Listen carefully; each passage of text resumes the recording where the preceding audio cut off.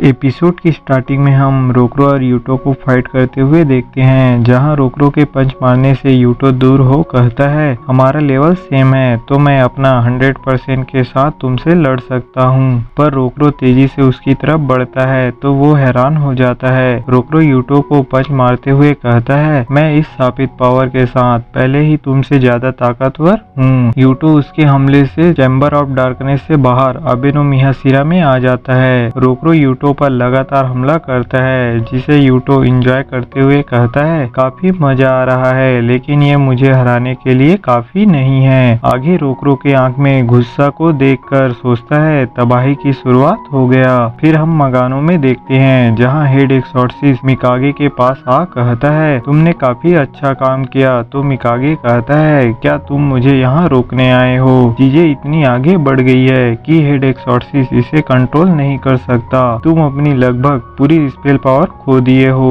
Head exorcist कहता है क्या तुम्हें पिटना है? तो मिकागे कहने लगता है ये मैं भी कह सकता हूँ, मैं सभी एक्सॉर्सिस्ट का पूर्वज आबेनो सेमी हूँ। तो हेड एक्सॉर्सिस्ट स्माइल करता है जैसे कि उसे पहले से पता हो। फिर हम इनको लड़ते हुए देखते हैं, जो लड़ते लड़ते मगानो में आ जाते हैं। आगे रोकरो यूटो को मारते हुए रुक जाता है, कहता है मैं तुम्हारी चालाकी में नहीं फंसने वाला, तुम मुझे उकसा रहे हो ताकि मैं अपना कंट्रोल खो दूं। यूटो कहता है अगर जारी रखते तो तुम कैटाक्लिस्म किंग बन सकते थे। रोकरो कहता है मैं कैटाक्लिस्म किंग में नहीं बदलने वाला। सब लोग जिन्होंने मेरा साथ दिया वो सब मेरे साथ हैं, मैं उनकी रक्षा करने के लिए लड़ रहा हूँ। मैं तुम्हें नहीं मारने वाला, मुझे तुम्हें रोकना है। तो यूटो कहता है क्या तुम मेरा मजाक उड़ा रहे हो? तुम मुझे ऐसे ही हरा नहीं सकते, और अपने इन फॉर्म में आ जाता है और आगे रोकरो से पूछने लगता है कि ये कैसा है। रोकरो इसके इन फॉर्म को देखकर हैरान हो रहा होता है। यूटो कहता है हम खेल जारी रख सकते हैं और रोकरो पर हमला करता है। तो रोकरो अपने पंच से ब्लॉक करते हुए कहता है तुम्हारा स्पेल पावर लीक हो रहा है, तुम अपने पावर का कुछ ज्यादा ही यूज कर रहे हो। आखिर तुम इतना आगे क्यों बढ़ रहे हो? यूटो कहता है मुझे सिर्फ तुमसे लड़ना है जैसा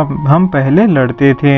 रोकरो कहता है मुझे सच में लगा था कि हम दोस्त बन सकते थे, हम एक ही दिशा में बढ़ रहे थे, पर पता नहीं कब हमारा रास्ता बदल गया। तो यूटो कहता है तुम्हें एहसास नहीं है, ये सब तुम्हारी गलती है, हम एक रास्ते में बिल्कुल नहीं चल रहे थे, हम दोनों पूरी तरह से अलग थे। फिर हमें पास्ट का सीन दिखाया जाता है, जिसमें यूटो नरेट करता है मैं जिनसे भी मिला उसमें तुम अलग थे, हमेशा सच बोलते और बेहुदा होते हुए भी जोश से भरे रहते, पर जैसे ही मैं तुमसे बात करता मेरे अंदर एक अजीब सा एहसास होता, लगभग ऐसे जैसे कि मैं खुद से मिल रहा हूँ। फिर हम एक घटना को देखते हैं जिसमें सेगेन रोकरो और यूटो को सजा के नाम पर स्पेल कंट्रोल करने सीखने के लिए एक रूम में 3 दिन के लिए बंद कर देता है। वहाँ एक धूप होता है जो मिस्मा फैला रहा होता है, तो ये दोनों अपने स्पेल पावर से अपने ऊपर एक आवरण बना लेते हैं। आखिरी के दिन यूटो रोकरो को देख सोचता है लगता है उसका स्पेल पावर खत्म होने वाला है और सोने ही वाला होता है कि रोकरो उसे उठा कहता है अगर तुम सो गए तो मारे जाओगे। यूटो कहने लगता है क्या तुम बेवकूफ हो, अगर मैं मर भी गया तो तुम्हारा एक राइवल कम हो जाएगा। रोकरो कहता है तुम बेवकूफ हो, मैं तुमसे नफरत करता हूँ, लेकिन फिर भी तुम मेरे एक साथी हो और एक राइवल जो मेरी तरह सबसे ताकतवर एक्सॉर्सिस्ट बनना चाहता है। जिसे सुन यूटो हैरान होने लगता है। फिर वे दोनों बाहर निकल आते हैं। यूटो नरेट कर कहता है तुम मेरा साथ देते तो मैं ऐसी ऊंचाई पर पहुंच सकता था जहां कोई अभी तक नहीं पहुंचा, लेकिन तुमने मेरी उम्मीद को धोखा दिया। फिर हम प्रेजेंट में देखते हैं, जहां यूटो रोकरो का गला पकड़ कहता है मुझे तुम्हें कितना बार कहना पड़ेगा, तुम बस चुप रहो और वो करो जो मैं कहता हूँ, तब हम सबसे ताकतवर होंगे और इस दुनिया को बर्बाद कर सकेंगे। रोकरो अपने आप को छुड़ाते हुए कहता है मैं ये नहीं चाहता। तो यूटो कहता है तुम चाहो या ना चाहो तुम एक इन एनर्जी के अवतार कैटाक्लिस्म किंग हो, तुम और मैं एक जैसे हैं, दुनिया में हम दोनों ही ऐसे हैं, इसलिए तुम्हें मेरे साथ आना चाहिए। फिर हम हेड एक्सॉर्सिस्ट और मिकागे को बात करते हुए देखते हैं, जहाँ वे कहते हैं रोकरो और बेनियो का ट्विन स्टार एक्सॉर्सिस्ट के लिए चुनना आमे नो मियाशिरा की वजह से है और इन और यांग के अवतार को सामने लाना भी उसी का काम है। मिकागे कहता है आमे नो मियाशिरा का असली काम इंसानों से पैदा हुआ इन एनर्जी को सोख लेना है और बैरियर का निर्माण करना है। आमे नो मियाशिरा ने इन एनर्जी की दबाव से कैटाक्लिस्म किंग को बनाया जिसे हम एनमाडो रोकरो के नाम से जानते हैं। आमे नो मियाशिरा द्वारा इन एनर्जी को यांग एनर्जी में बदलने के बाद ये यांग एनर्जी असली दुनिया में एक जगह इकट्ठा हो गया जो आडासिनो क्लेन में बेनियो के पैदा होने से पहले उसके द्वारा सोख लिया गया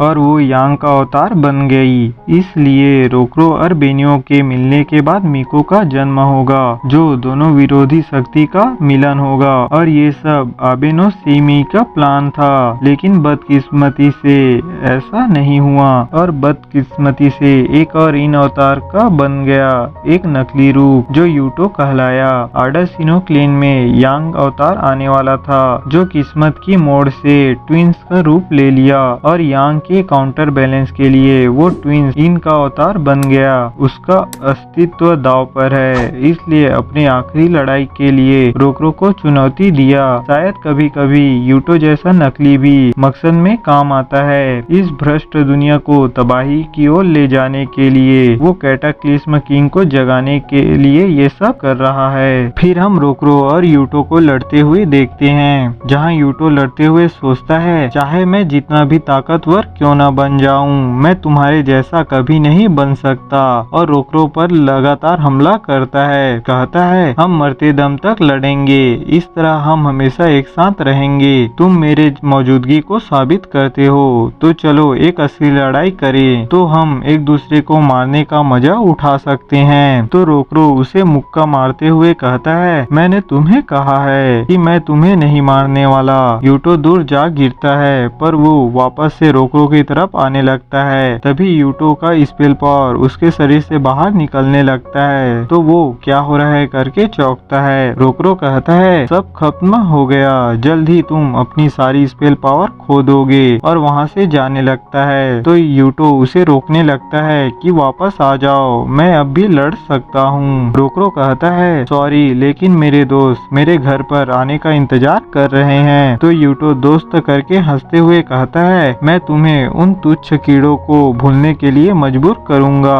और वहाँ एक ड्रैगन स्पॉट बना देता है जिसे देख रोकरो चौंकता है। यूटो कहता है चलो लड़ाई को जारी रखते हैं जब तक कि उस दुनिया को बर्बाद न कर दे जिसकी तुम रक्षा करना चाहते हो। तो रोकरो सबको याद करते हुए गुस्सा होने लगता है और तेजी से उस पर हमला करने बढ़ता है। यूटो उसे और भड़काने लगता है। रोकरो गुस्से से बार बार उस पर हमला करता है। यूटो कहता है वो सब तुम्हारे अंदर है, नफरत, गुस्सा और प्यार, वो सब मुझे दो। यूटो के बार बार भड़काने से वो और गुस्सा हो जाता है। यूटो के बार बार भड़काने से वो और गुस्सा हो जाता है जिससे उसका आंख लाल होने लगता है और वो तेजी से यूटो पर हमला करने बढ़ता है जिसे देख यूटो खुश हो रहा होता है। सोचता है तुम आखिरकार मेरी इच्छा पूरा करने वाले हो।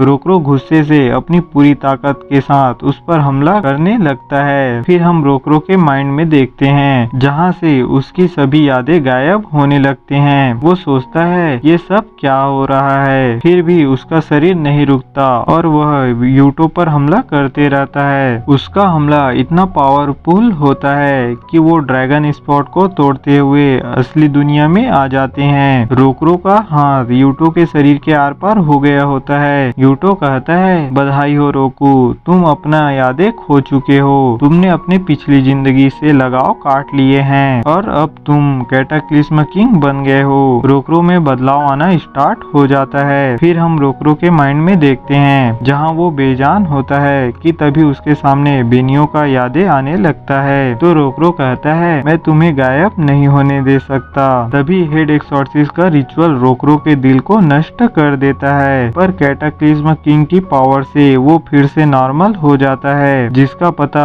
हेड एक्सॉर्सिस्ट को चल जाता है। वो हैरान हो जाता है। मिकागे कहता है ये तुम सभी का अंत है और वहाँ से जाते हुए कहता है अब से एक नई दुनिया की शुरुआत होती है। रोकरो कैटाक्लिस्म किंग में बदल जाता है जिसे देख यूटो अपने पास्ट को को याद करता है। फिर यूटो मर जाता है और इसी के साथ एपिसोड खत्म हो जाता है।